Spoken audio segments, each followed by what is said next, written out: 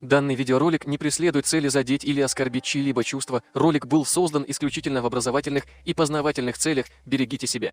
В последнее время мы начинаем замечать, как ингуши не оставляют попыток примазаться к славной истории Кавказа. Все бы ничего, если бы не одно «но». Ингуши – искусственный проект царизма, который за всю свою 250-летнюю историю ни разу не приняли участие в восстаниях горцев. Это недонародец, который даже национальных героев не имеет.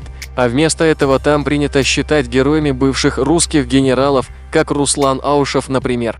И ингушские активисты, так и политические деятели не упускают момента напомнить всем нам, как предки ингушей были верны присяге. И как сильно они гордятся этим фактом.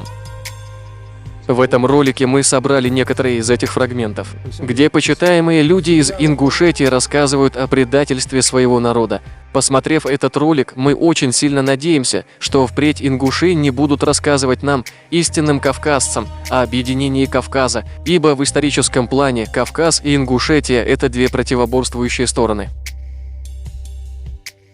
Хочу напомнить тем людям, которые захотят удалить наш ролик, кинув жалобу на одно из используемых нами видеофрагментов, что мы действуем чисто по правилам YouTube, и добросовестное использование чужого контента в качестве цитирования и научного обзора с пояснениями никто не отменял.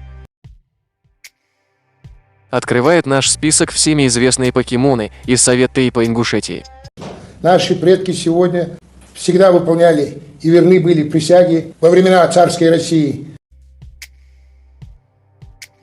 Достойный завет, данный нашими предками, соблюсти присягу царю, в знак благодарности за то, что те в свое время поселили нас на землях чеченцев, подарили нам вымышленную республику под названием Ингушетия. Достойный вот того завета, данного нашими предками, и соблюсти верность присяге. Тут старик зачитывает очень грустный стих про присягу ингушей. Да, тех слов не нарушал. В годину тяжких лет, а их всегда хватало. Присяге верно стой, народ мой доказал. Очередное доказательство того, насколько сильно ингуши покорный народ, что не характерно истинным горцам. Мы дали присягу на верность подданства, и этой присяги никогда не изменяли. Акт присяги 1810 года, которого подписали ингуши, мы можем смело заявить, он никогда не был нарушен. Ингуши – самый верный народ для России. Акт присяги 1810 года, который назранские ингуши подписали, можно смело говорить о том, что они его не нарушили. Клятва фаллопоклонников никогда не была нарушена. Даже после принятия ими ислама они продолжают с гордостью рассказывать о предательстве своих предков. Народ Ингушетии не предавал Россию. Он всегда был верен данной тогда клятве. Всеми известный не передаст Ахмед Погоров разбушевался на митинге. Мы всегда были с Россией. Мы никогда, договор подписан нашими предками, мы никогда не отказывались от этого договора и никогда не продавали.